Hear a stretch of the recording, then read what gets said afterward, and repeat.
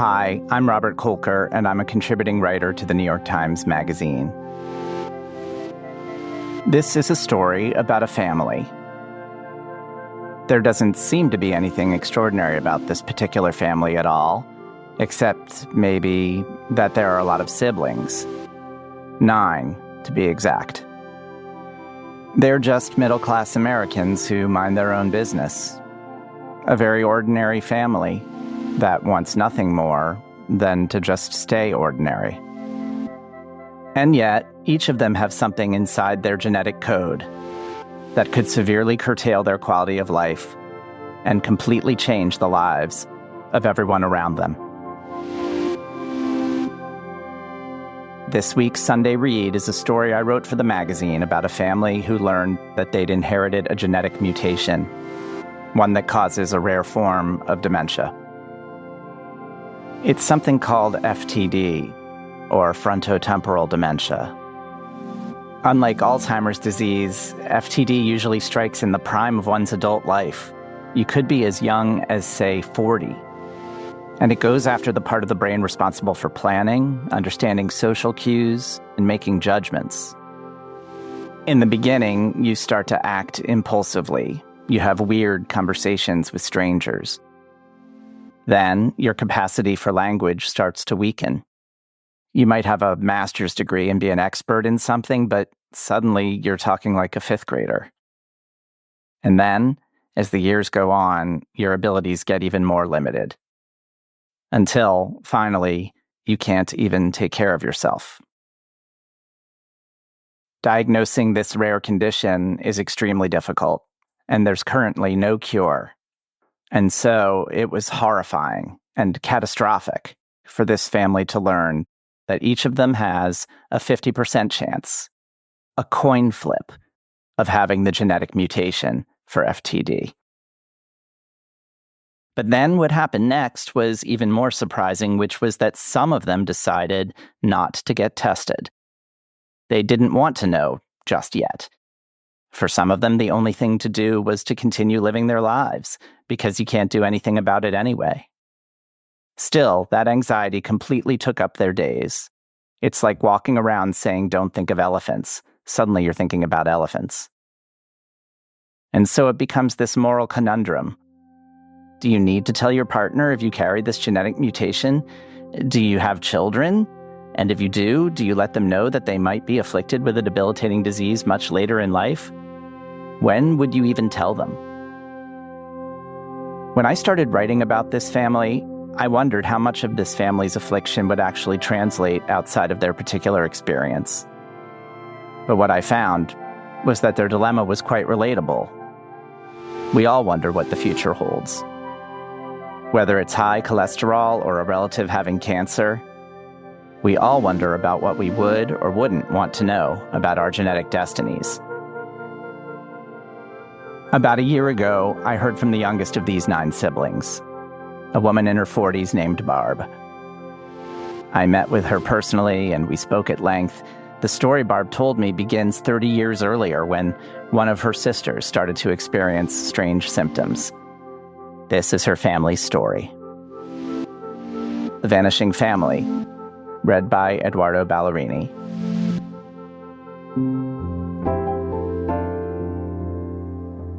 Barb was the youngest in her large Irish Catholic family, a surprise baby, the 9th child, born 10 years after the 8th. Living in the suburbs of Pittsburgh, her family followed the football schedule. High school games on Friday night, college games on Saturday, the Steelers on Sunday. Dad was an engineer, Mom was a homemaker, and Barb was the family mascot, blonde and adorable, watching her brothers and sisters finish school and go on to their careers. Barb was the only child left at home in the 1980s to witness the seams of her parents' marriage come apart. Her father all but left, and her mother turned inward, sitting quietly in front of the television, always smoking, often with a cocktail. Something had overtaken her, though it wasn't clear what. Barb observed it all with a measure of detachment. Her parents had been older than most, and her sisters and brothers supplied more than enough parental energy to make up the difference. And so in 1990, when Barb was 14 and her mother learned she had breast cancer, and died within months at the age of 62, Barb was shattered and bewildered, but also protected. Her siblings had already stepped in, 3 of them living back home. Together they arrived at a shared understanding of the tragedy. Their mother could have lived longer if she had cut back on her drinking sooner, or gone to see a doctor, or hadn't smoked. 6 years later, Barb was 20 and in college when someone else in the family needed help. Her sister Christy was the second-born, 24 years older than Barb, and the star of the family in many ways. She had traveled extensively as a pharmaceutical company executive while raising 2 children with her husband in a nice house in a New Jersey suburb. But where once Christy was capable and professionally ambitious and socially conscious, now at 44, she was alone, her clothes unkempt and ripped, her hair unwashed, her marriage over. Again, the family came together. Susan, the third-born, volunteered to take care of Christy full-time, and Jenny, the 8th, searched for a specialist. The family members asked to be identified by their first names to protect their privacy. Depression was the first suspected diagnosis, then schizophrenia, though neither seemed quite right. Christy wasn't sad or delusional, she wasn't even upset. It was more as if she were reverting to a childlike state, losing her knack for self-regulation. Her personality was diluting, on its way out, with seemingly nothing to replace it. What was left of Christy was chaotic and unpredictable. She refused to bathe and stopped bothering to make meals. She crashed a neighbor's party and made odd conversation with strangers. She clogged a toilet with tampons and flooded the house. She was gleefully impulsive, spending thousands of dollars a year on magazine subscriptions. That strange, reckless profligacy made Barb think of their mother, who in her final years sat at home, saying yes to every sales phone call. How heartbreaking, but also interesting, Barb thought, that Christy shared the same peculiar tendencies, a family trait of sorts. By 2006, Barb was long out of college, in her early 30s and married with 2 children, building a real estate career in Denver. One night when she was putting the kids to bed, her phone rang. It was Mary, the 5th-born, 17 years older than Barb, in town unannounced. "Can you come pick me up?" she said. Mary had always been one of Barb's favorite siblings. As a child, she was a piano prodigy, precocious and outgoing, her gaze fixed on a future beyond her hometown. Mary grew up to be a mass transportation engineer, consulting on projects from New Orleans to Abu Dhabi. She and her fiancé lived in Chicago, where Barb, then in her 20s, would visit, joining them for parties and nights out. But in recent years, things had changed for Mary. She was divorced and remarried with a young son, living in Omaha and only in occasional contact with the family. And here she was, where Barb lived, with no explanation. That weekend, Barb saw it all, the same movie playing again. Mary's affect was flat, far from the irrepressible sister she once was. Everyday courtesies seemed beyond her. She was in town for a work trip, she said, but hadn't bothered to book a place to stay or let Barb know in advance. When she talked about the project she was about to manage, it was with the language of a middle or high schooler, not someone with a master's degree and years of expertise. As soon as Mary left, Barb called Mary's husband, who was at his wit's end. Mary had never really bonded with their son, he said. She seemed disengaged from everything around her. The old Mary was disappearing, with nothing to replace her. That's when everything cascaded for Barb. What the affliction was exactly, she didn't know. No one did. But 2 of her sisters had the same thing that must have so drastically altered their mother. This is genetic, she thought. This is inherited. And then, finally, we all might have it. The others ignored Barb's concerns. It wasn't just that she was the youngest in the family and more easily dismissed. It was that a few years earlier, Christy had participated in some genetic tests with the University of California, San Francisco that had gone nowhere. Based on all the available knowledge about inherited brain disease, the specialist could not find an explanation for her changing behavior. But now Barb fixated on exactly what they were told, how the field was in its infancy, and how just because they couldn't find a genetic marker didn't mean one wasn't there. Barb decided to start a search of her own. She contacted the National Institutes of Health and learned about a condition that bore a striking resemblance to Christy's and Mary's symptoms, frontotemporal dementia, or FTD, which emerges in the prime of adult life, as young as 40 in some cases, and relentlessly attacks the part of the brain responsible for planning, organizing, expressing language, understanding social cues, and exercising judgment. Unlike more common brain disorders like Alzheimer's, FTD is confoundingly rare. Researchers suggest that perhaps 60,000 Americans have it, though that estimate is complicated by how difficult it is to diagnose. By the mid-aughts, researchers were still starting to identify and sort out the many varieties of FTD. Which were hereditary? Which weren't? How many were yet to be found?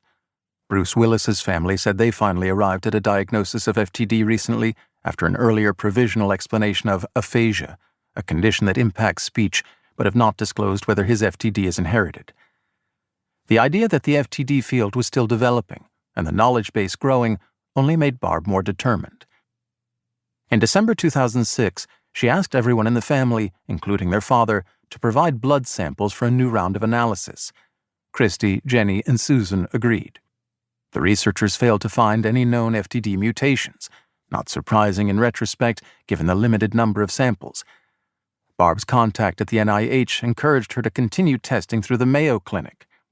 The family remained in the dark, even as they watched Mary follow Christy's trajectory, losing all social awareness, defying common sense.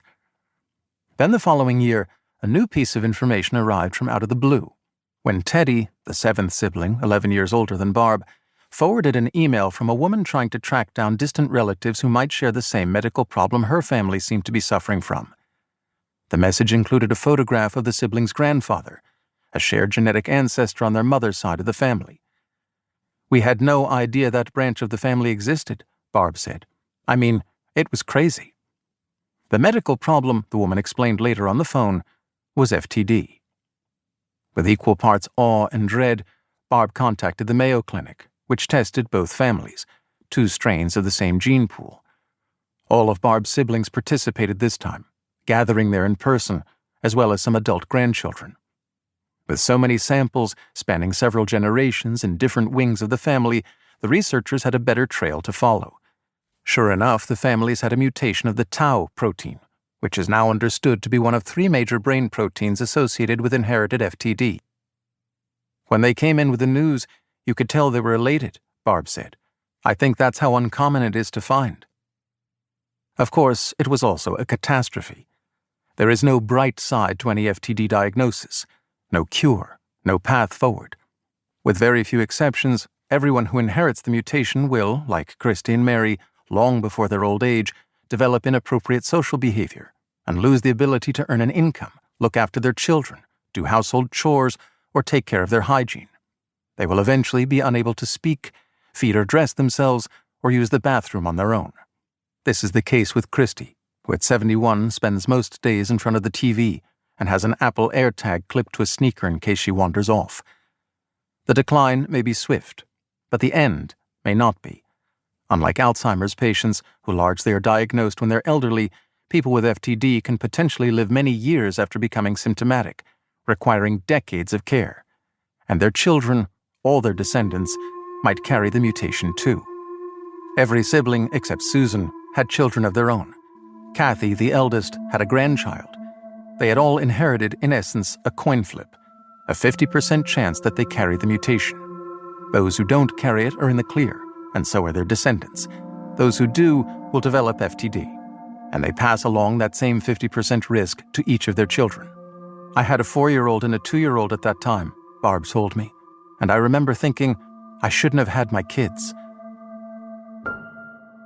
She stopped short as she recalled this, then collected herself, which is like a very hard thing for a parent to think.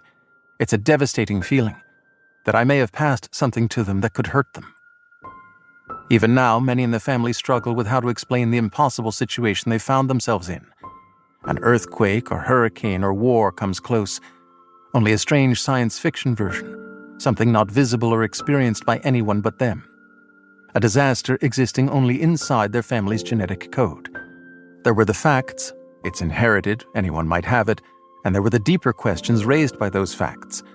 How do you feel safe, knowing that it is in your family's essential nature to be fragile, ephemeral, ever close to expiration? How do you keep living when you know that everything that makes you a conscious person could disappear? If you were going to lose yourself, In a year, or 2, or 10? Would you even want to know? Once the researchers found the mutation, they encouraged each family member to test at an independent lab to learn who carried it. Everyone in the family could discover which side of the coin flip they landed.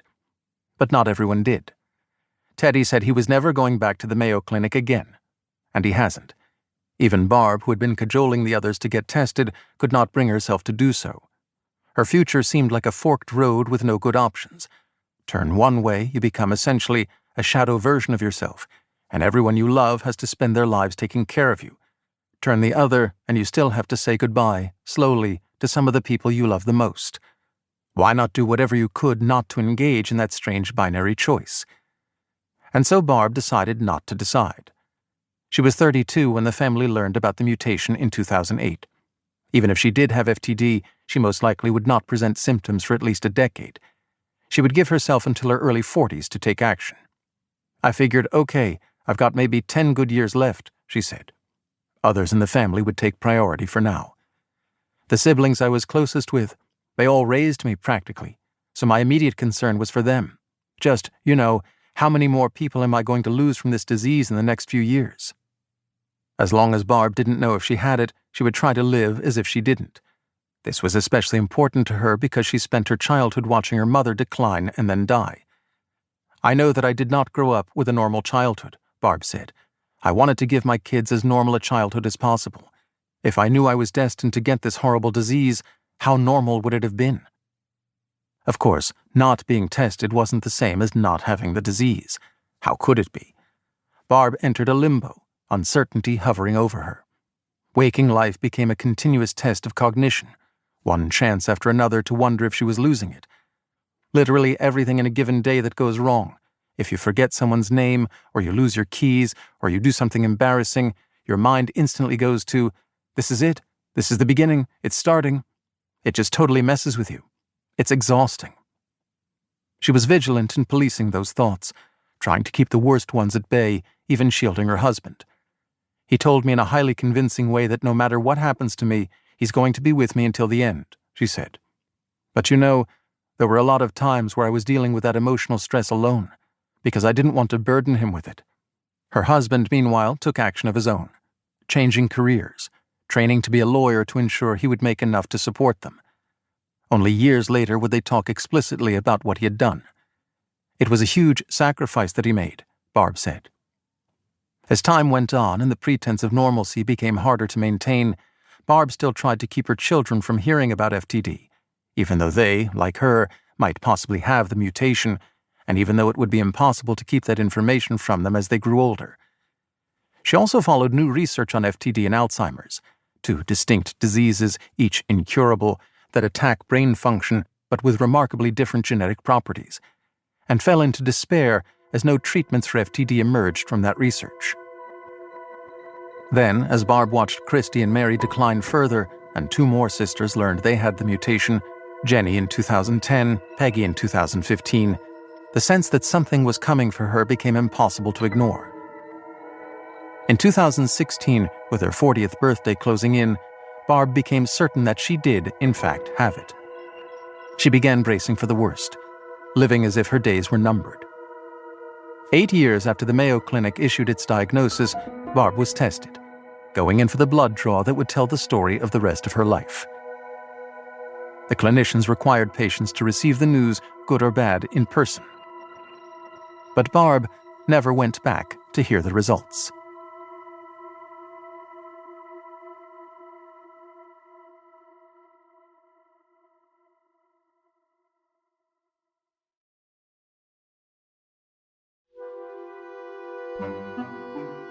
Like Barb, Christy's daughter didn't want to find out right away.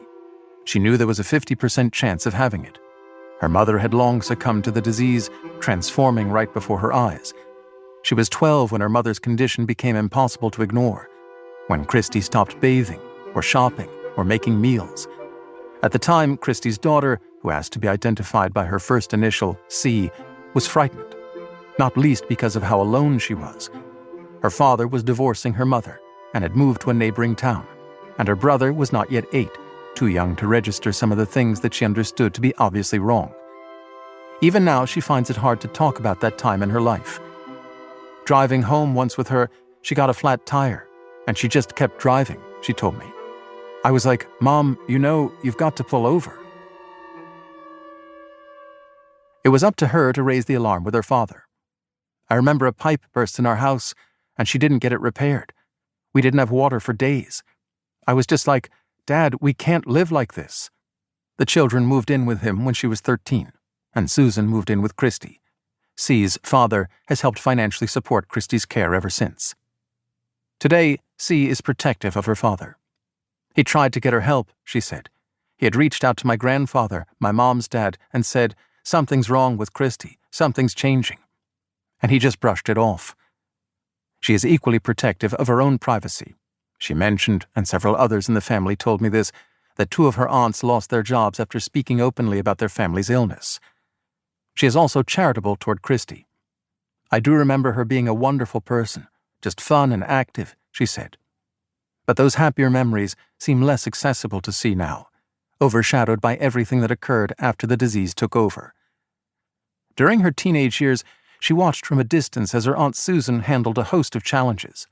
Christy owed the IRS $10,000 in back taxes. Christy ballooned to 250 pounds, until Susan finally padlocked the refrigerator.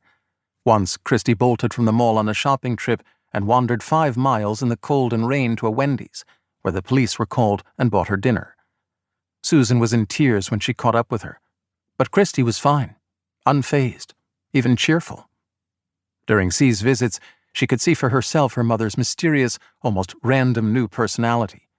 Once, in front of C's boyfriend, Christy asked C whether she was sleeping with David Hasselhoff, the star of Baywatch, Christy's favorite show at the time. Watching her mother become so unrecognizable was excruciating. But with Susan looking after Christy, C was at least free to be a teenager, to go to school, to one day start a life of her own. Once she was in her mid-20s, building a career, that might have been that. Her mother's tragic disease, a difficult childhood, a safe landing with her father. Then her family learned about FTD. While others, particularly her older relatives, lined up for genetic tests, she, like Barb, froze in place, deciding that she didn't want to know. She wanted to give herself time. I was just like, "If I find out I have this right now, I'm not going to have any motivation," she said. "I'm not going to have any desire to move forward." She made a bargain with herself. She would be tested in 5 years, when she turned 30. For her, the decision to delay knowing felt less like denial than a play for personal agency, for control over something she had no control over. For those 5 years, C worked hard not to think about the family's condition, to move forward as if it wasn't there.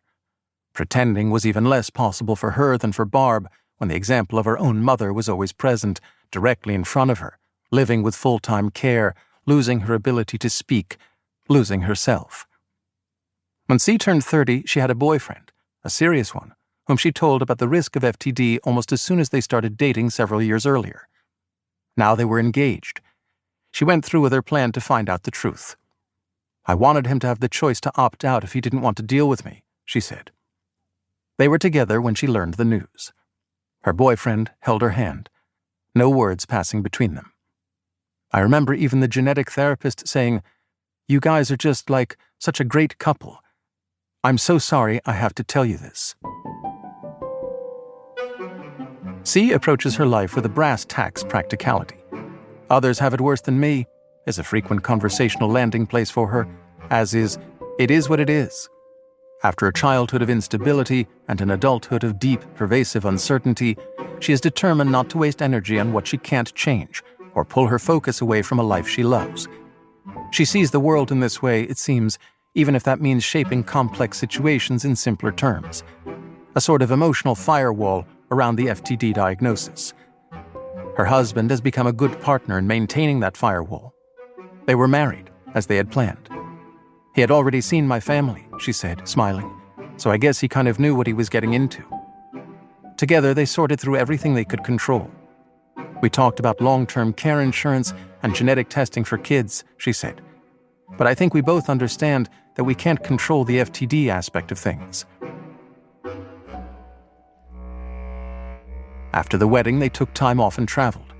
Better now than later, they thought. Just as she embraced living with her father when being with Christy became impossible, so now, in the face of something extreme, she clung to what happiness she could find. When she decided to start a family of her own, they had a tool available for not passing on FTD: selective embryo transfer. C could have her embryos frozen, and doctors could implant only the ones that did not have the mutation. More than a year of arduous procedures followed: fertility treatments and embryo retrieval, followed by 4 attempts to implant, none of them successful. My body did not like frozen embryos, C said. She was readying herself for another retrieval and a 5th implantation when she found she'd become pregnant naturally. This, she told me, wasn't planned, though given the difficulty they were having in conceiving, they weren't inclined to be vigilant about birth control. She chuckled dryly when she told the story. A life filled with unexpected twists gets one more. She and her husband had all the obvious worries about the family mutation, but by then they had plenty of practice playing through those fears. Instead of fixating on what their child might inherit, C thought about the clock ticking in more ways than one. She was 36, and after 4 attempts, it felt a little like now or never. With everything she had lived through and everything that was coming, she believed that good fortune was too precious to turn her back on. Who's to say what other parents may be passing along to their children? Genetic risks they don't know about and that no one can test for. And more broadly, isn't she allowed to want this for herself? Doesn't everyone have the right to a family? Her aunts, uncles, and cousins all had to be wondering about the genetic implications of having children. But the mutation casts a shadow over every interaction. Those who have it are too preoccupied to question the choices of others, and those who don't feel too guilty to second-guess those who do. Barb, for one, has never broached the subject with C. This disease brings up so many moral and ethical questions, Barb told me. I think all of us have tried to refrain from judging.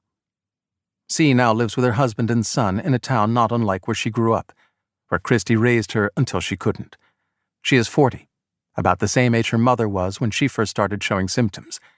She sees Christy on holidays, visiting her and Susan in Pittsburgh. The rest of her time is spent trying to have a life of her own.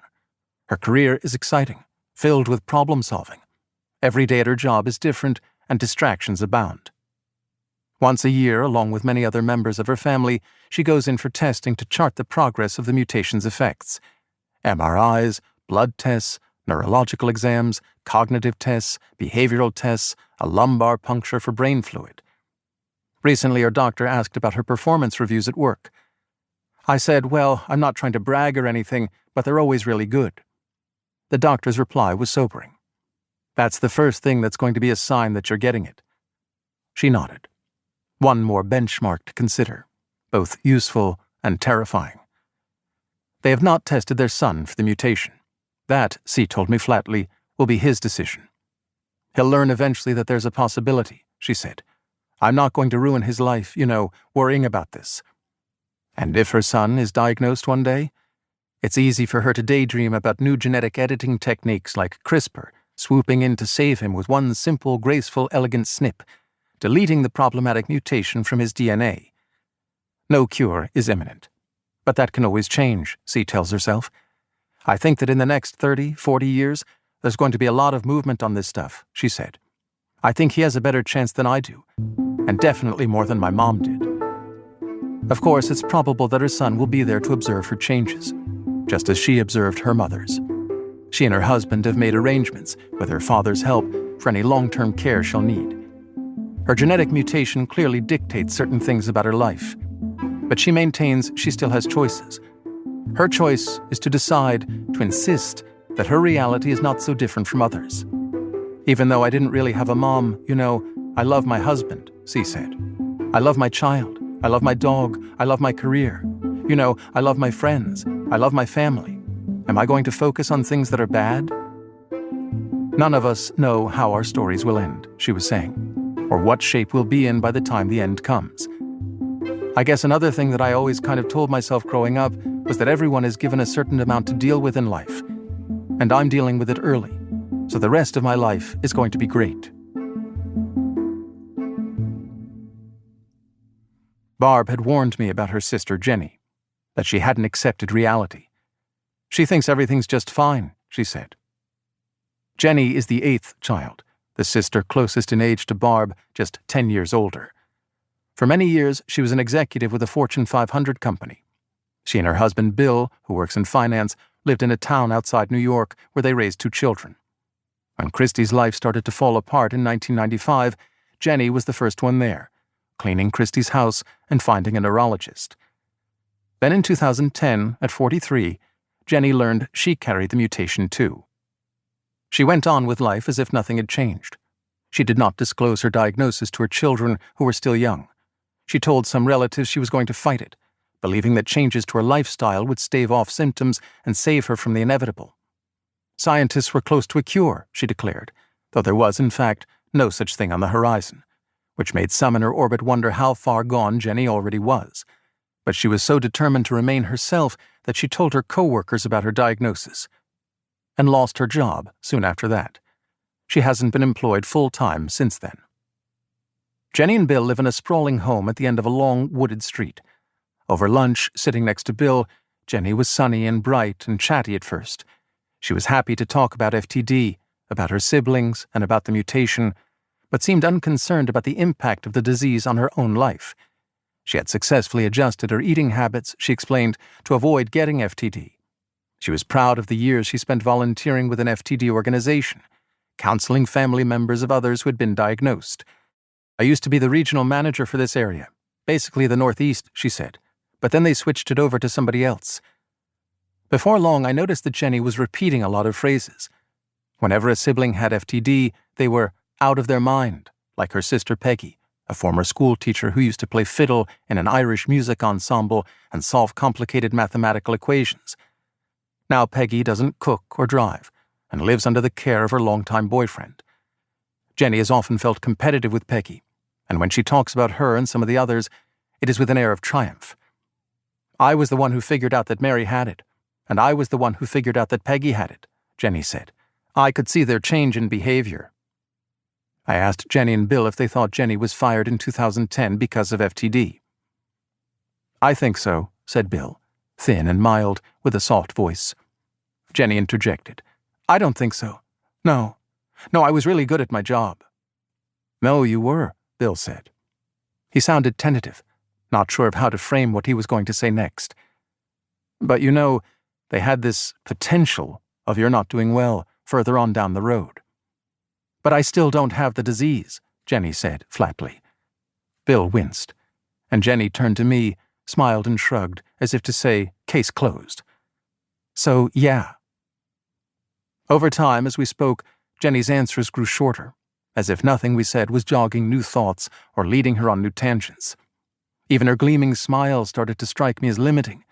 Not an armor, exactly, but a reflex, a placeholder for more complicated emotions. There seemed to be little behind it but a dwindling tank of memories. But Jenny maintained she was fine. I'm a super deep sleeper, she told me. What that does is it reduces inflammation of the brain.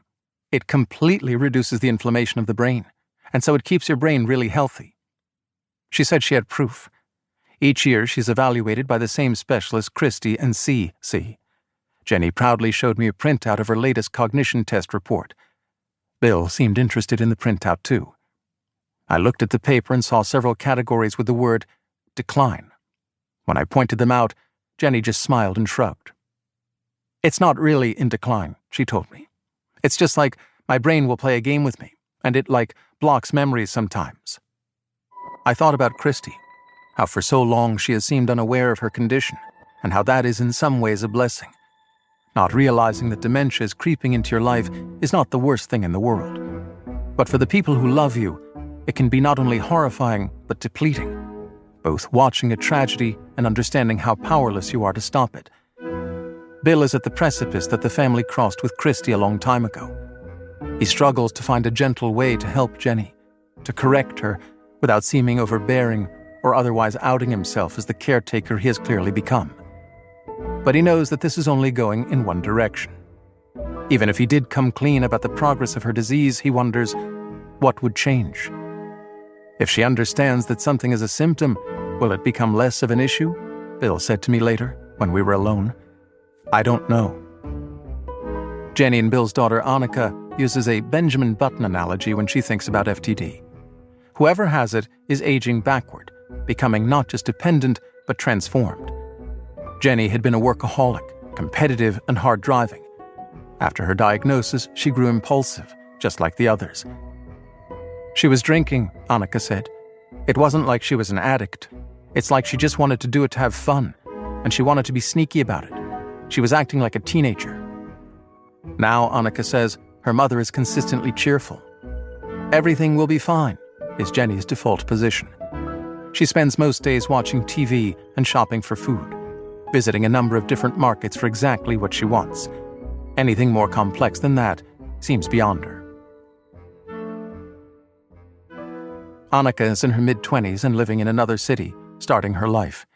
She worries not just about her mother, but also her father, who has health issues of his own. Who will care for her parents if he declines? That question helps Annika put off, for now, the decision she will have to face about herself. When to find out if she, too, carries the mutation. Like Barb, she wants to put off reckoning with her fate in the name of preserving something supposedly more normal. A few months after my visit, the family made some big decisions. Bill and the children decided that Jenny couldn't be home alone anymore. With Bill having to work at the office some days, he wants to hire an aide to watch Jenny. He made plans to put the house in a trust and give the kids power of attorney over his health and finances. He's looking into taking Jenny to get her driving evaluated, with the hope that someone with the authority to tell her she can't drive will be enough to get her to stop. Jenny has changed in the past months, too. She doesn't get upset or angry. She's just, communicating less, Bill said. Often she just doesn't respond at all. Still, Jenny doesn't believe she needs an aide, and it's hard to say how well she will listen to one. What will happen when someone tells her not to drive, and she decides to do it anyway? Well, that's a very good question, Bill said, his voice strained. I mean, that just happened half an hour ago. She's at Walmart right now, buying groceries. Barb was alone, standing in the front hall of her house, when the letter arrived on September 26, 2017. The letter probably shouldn't have existed at all. In most cases, results this consequential are delivered in person. The author of the letter owned up to this, how normally this is against their lab's policy, but given the results, they felt Barb really needed to see it. Barb had spent 8 years not knowing, and a full year dodging calls from the lab since being tested. But this envelope was thick enough to prompt the thought, drifting in out of nowhere, that maybe she shouldn't just throw it out. Even as she opened it and started reading, Barb remained convinced of what it would say and what that would mean for her and everyone who loved her. It didn't ever occur to me, she said, that I might get good news. There was at first a wave of disbelief, then a call to her husband, which made it more real. The two of them cried together over the phone. That night, they told the kids everything. They were 13 and 11 at the time. They knew some of their aunts had problems, but they were never told what they were, and they had never asked. Barb sees now how strange that must have been for them to learn about an illness that others in the family would get, but not them. We made them drink champagne with us, Barb said. So they were like, cool, we get to drink champagne. It has been a few years since that toast. Enough time for Barb to think about the years she spent putting off knowing. While she understands why she did it, she also now sees how even the possibility of having FTD had changed things for her, limited her world, blunted her ambition, blotted out her sense of what was possible for herself and her family. She thinks of moments at work where she didn't raise her hand, didn't try to accomplish more, didn't want to assume authority because of the illness she might have, the symptoms that might emerge any day. Would she have asked for more, expected more, if she'd been tested? I think it probably held me back from applying for leadership positions because I was nervous that maybe I wouldn't be able to finish the work or stay in it, make a multi-year commitment, because what if this disease sets in, she said. I think it was all happening on a very subconscious level. It wasn't until I found out that I didn't have it, and all of a sudden, I felt so confident in myself. And that's when I realized that I'd been feeling really unconfident for 10 years. She sees how terrified she had been not just for herself, but for her husband and children, the responsibilities they would have had to shoulder in caring for her, to say nothing of the possibility that her children would also have the mutation. Now came the strange feeling that all of that, everything she'd been negotiating in silence for so long, had passed them all by, like watching another car on the highway hop the guardrail and crash. Next for Barb came the guilt, and with it a sense of obligation. Instead of worrying about her own mind and her children's, Barb spent her days thinking more about those in her family who were suffering. It was hard to talk about me not having it with my siblings, she said. Of the 9 brothers and sisters, 5 now have active signs of FTD. Christy, Mary, Jenny, Peggy, and Oliver, the 4th born, 4 years younger than Christy, who had been behaving strangely for many years until, in his 60s, he dropped out of sight during the pandemic, homeless and off the grid for more than a year. These were people who, decades ago, had come to care for Barb when she needed them the most, when their mother died. What will happen to them? Whose responsibility were they now? I'd thought long and hard about what's my job here, what's my role in the family, Barb said. Maybe if there was one sibling for me to care for, I could do that. But now I'm looking at 5, potentially. How could I possibly take in 5 FTD patients? And if I want to help one of them, how do I choose? Barb wondered whether the family could chip in for a compound somewhere, a place where everyone could care for one another, pooling resources. It seemed too complicated to pull off, with so many siblings having to uproot themselves. There are also some who probably wouldn't want to be helped, including Oliver, who worked as a trucker for years until he started having trouble holding on to a job. Like Mary, he developed a habit of dropping in unannounced on relatives all over the country. Oliver is now in assisted living. When he resurfaced at a hospital last year, Susan and a nephew drove 22 hours to bring him to Pittsburgh, and Barb navigated the Medicaid bureaucracy to help find him a place. His adult daughter, Mallory, had persuaded him to grant her and Susan power of attorney a few years earlier. But lately, he has been turning away visitors. It's unclear if he is upset about being there or if his dementia has simply entered a new phase. Susan dropped off Christmas cookies, but he would not come down to accept them. Mary's life also seems unsettled. While Christy has become more docile over the years, the family has watched as Mary became more confrontational and even paranoid. She divorced a second time and is now living with her 3rd husband in the Pittsburgh area. She has stopped returning calls from family members or going to medical appointments with them. They have no way to know what kind of care she's getting. 3 of the 9 siblings, Teddy, Mary, and Oliver, did not participate in this article. There's a way in which the entire family has rearranged itself around the disease, some drifting away geographically, others fading away cognitively, and still others who are unscathed, desperately trying to hold it all together. Last Thanksgiving, 15 members of the family gathered in the Adirondacks, at a rented lodge with a vaulted-ceiling living room and massive stone fireplace. A family compound, at least for a few days. Barb and her family were there, as was Kathy, the oldest sibling who doesn't carry the mutation, and her son Charlie, also free of the mutation, along with his wife and son. Jenny and her family were there too. Barb's children had not seen her in a while. Barb kept an eye on them, noticing the changes. They're finally seeing what I've been dealing with for 20 years, Barb said. The siblings who are afflicted and the sense of responsibility that carries. Susan drove 8.5 hours with Christy beside her. In the lodge, most of the family played games, while Christy sat in a soft easy chair by the fire, beaming at everyone. I think she enjoys seeing other people and different faces, Susan told me a few weeks later, just because I'm the only one that she sees most of the time. I believe she remembers us, said Kathy, who lives an hour or so away from Christy and is an occasional backup for Susan. I believe she recognizes us. This will be Susan's 27th consecutive year as Christy's full-time caregiver. When Susan started, she was barely out of her 30s, single and between careers. She did not expect her life to take this turn. And in all this time, she has demonstrated a capacity for forbearance that others in the family freely admit they lack, a sort of secret reservoir of equanimity she can draw from in times of trouble. Susan always saves the day in our family, Barb told me.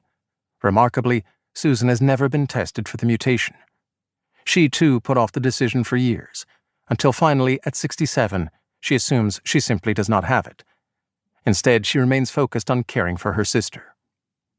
Every morning, Susan rises early, pulls the laundry out of the dryer, tees up all the meals for the day, and makes herself some coffee before waking Christy. When Susan coaxes her to the toilet and then to the shower, things go more smoothly when they sing. The morning I visited, it was Do You Want to Know a Secret by the Beatles. She knows the words, Susan said, though the most Christy offered up during my visit was a high, boisterous humming noise on pitch. While Barb closely follows the progress of scientific research into FTD, Susan is the emotional glue of the family now, staying close not just with siblings, but with nieces and nephews who are willing to help when they can. Over dinner, Susan reflected on her time with Christy, but only in fits and starts. I'm not a saint, she told me. This is devastating.